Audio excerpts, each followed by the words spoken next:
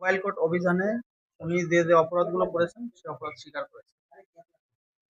অপরাধ স্বীকার করায় ওনাকে ওজন ও পরিমাপ মানদণ্ড আইন 2018 এর 24-এর এক ধারা লঙ্ঘনের দায়ে 41 ধারায় 50,000 টাকা অর্থদণ্ড ও 6 মাসের বিনাশ্রম কারাদণ্ড। যদি উনি এই অর্থদণ্ড না দেন তাহলে তার জন্য অনাদায়ে আরো 3 মাসের বিনাশ্রম কারাদণ্ড।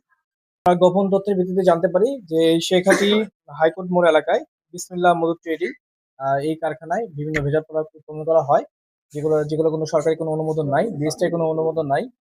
আমরা এই তথ্যের ভিত্তিতে আমরা বিজ্ঞ জেলা ম্যাজিস্ট্রেট এবং আমি বিএসটিআই যে ম্যাজিস্ট্রেট আছেন তাদেরকে নিয়ে আমরা একটা অভিযান পরিচালনা করি এবং অভিযানের প্রেক্ষিতে আমরা জানতে পারি যে তার সাতটি সম্ভবত 4টি লাইসেন্সকৃত অনুমোদন প্রোডাক্ট থেকে দেওয়া আছে কারখানায় প্রদর্শন করার জন্য।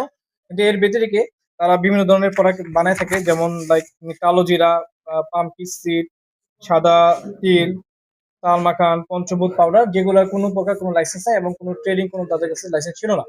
তো এর প্রেক্ষিতে আহ, আহ, বিজ্ঞ ম্যাজিস্ট্রেট তাকে 50,000 টাকা জরিমানা করে এবং হচ্ছে 6 মাসের বিনাশ্রম কারাদণ্ড প্রদান করে।